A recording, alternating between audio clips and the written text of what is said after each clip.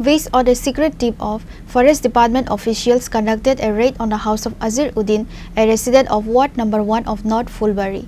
The raid was led by Dharmanagar Subdivision Forest Department Ranger Supriya Devnath. About 200 feet of stolen timber was recovered in the raid, which is said to be worth 3 lakh rupees.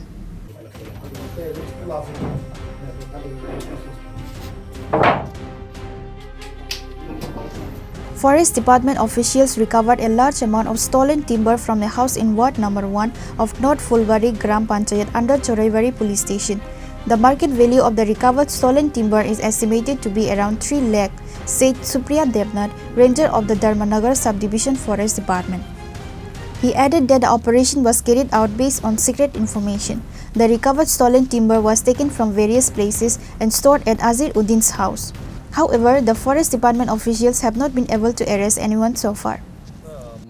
কিছু information আসলে আমাদের কাছে তো আমাদের SD officer আমরা এপিউ সবাই মিলে petrol করতেছিলাম তো এইরকম সময় উত্তর হুড়া এলাকা থেকে আমরা সিজ করছি যেটাতে কাটা ছিল প্রায় আনুমানিক 2 কিউবিক মিটার আসতো আর এখন আমরা আছি উত্তর হুড়বাড়িতে যেখানে আমরা অপারেশন করতেছি তো এখানে মোটামুটি আনুমানিক 5 কিউবিক মিটারের মতো টিম্বার আছে এটা আজির উদ্দিনের বাড়ি উত্তর হুড়বাড়ি গ্রাম পঞ্চায়েত ওয়ানে তো আমরা এখনও অভিযান চালাইতেছি তো নিয়ে যাবো কাঠগুলি আর বাড়ির মালিক এখনও কেউ আইসে না পলাতক তো এলাকার যিনি উপপ্রধান আছেন তিনি আইসেন তো এলাকাবাসীর সামনে পুলিশ আছে সবার সামনে আমরা সার্চ অপারেশন করতেছি এবং কাঠগুলি উদ্ধার করতেছি। কী প্রজাতির sir কাঠগুলি?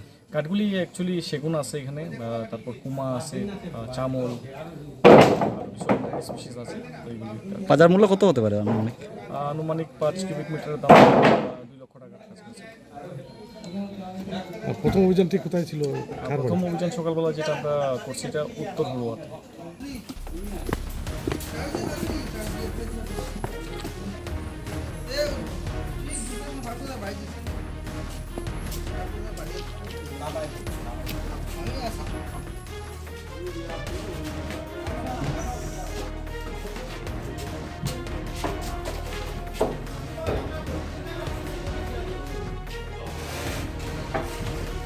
Police and Forest Department officials have started search operation for the house owner Azir Uddin after this incident. Bureau report, Chini, Khorang.